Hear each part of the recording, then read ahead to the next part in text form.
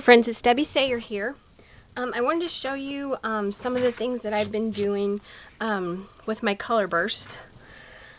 I saw in one of the issues of the Craft Ideas magazine, Linda Beeson had done something similar to this card using like distress spray. And I wanted to show you what you could do with your color burst instead of a spray. So I have some more of that Ranger watercolor paper. I'm using this stamp set from Ken Oliver Crafts. It's the Hometown stamp set, #1. And I'm going to use this pretty flower.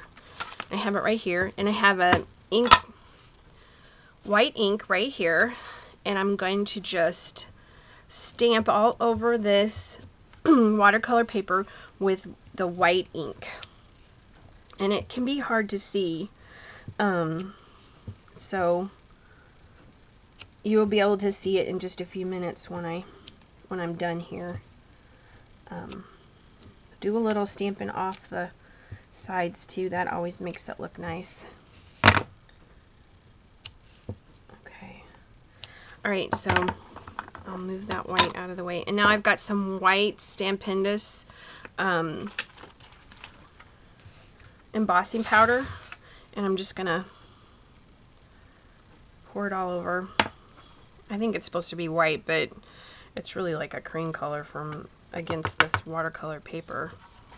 So let's pour it back on here.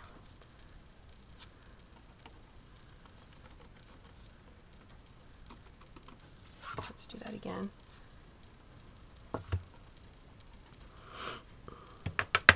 Okay, so here's this, and now I'm going to heat set it.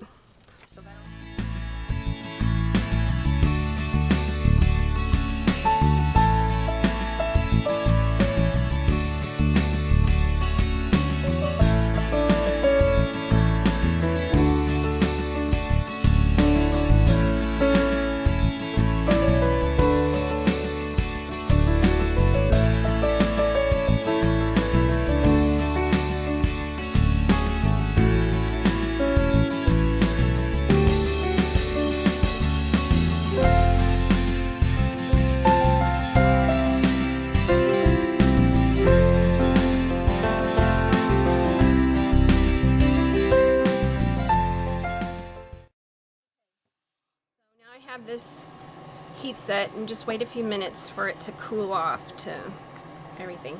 Well, while that's cooling off, I'll go ahead and I have my color palette. It's kind of messy, so just ignore that. But I can reactivate some of the color bursts that I already put in here with just some water. So I have some orange, and I have a little bit of red, and I can always put, this is actually the alizarin crimson. Just a little bit, and I can put just a few little grains of the orange right there, and I can just use my spritz bottle and spritz right in there.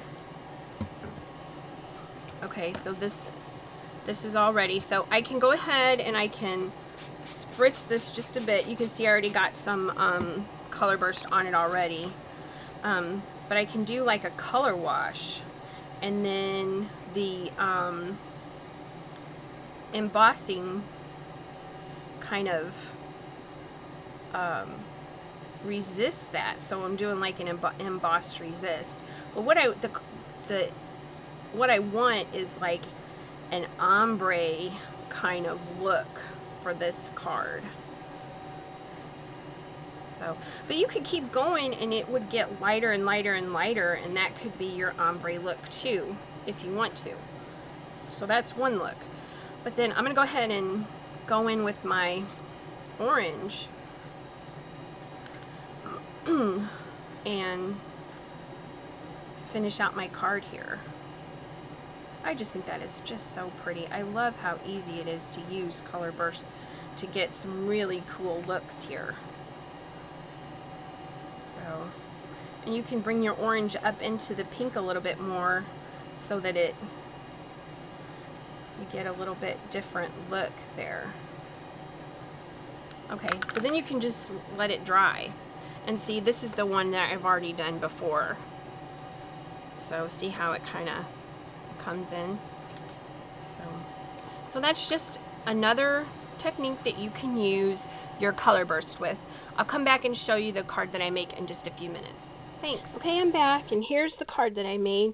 I just matted the watercolor paper that I made onto a dark pink piece and then onto my base. Added some seam binding, and I used my peg stamps from Ken Oliver Crafts and wrote out the word bloom. And I even used his crimson ink pad for the sentiment. So there you go. It's quick and easy. This was a lot of fun to make too. You could make a whole page of this, and then you would have all kinds of background paper to play around with. So there's just another idea of how to use color burst. Thanks.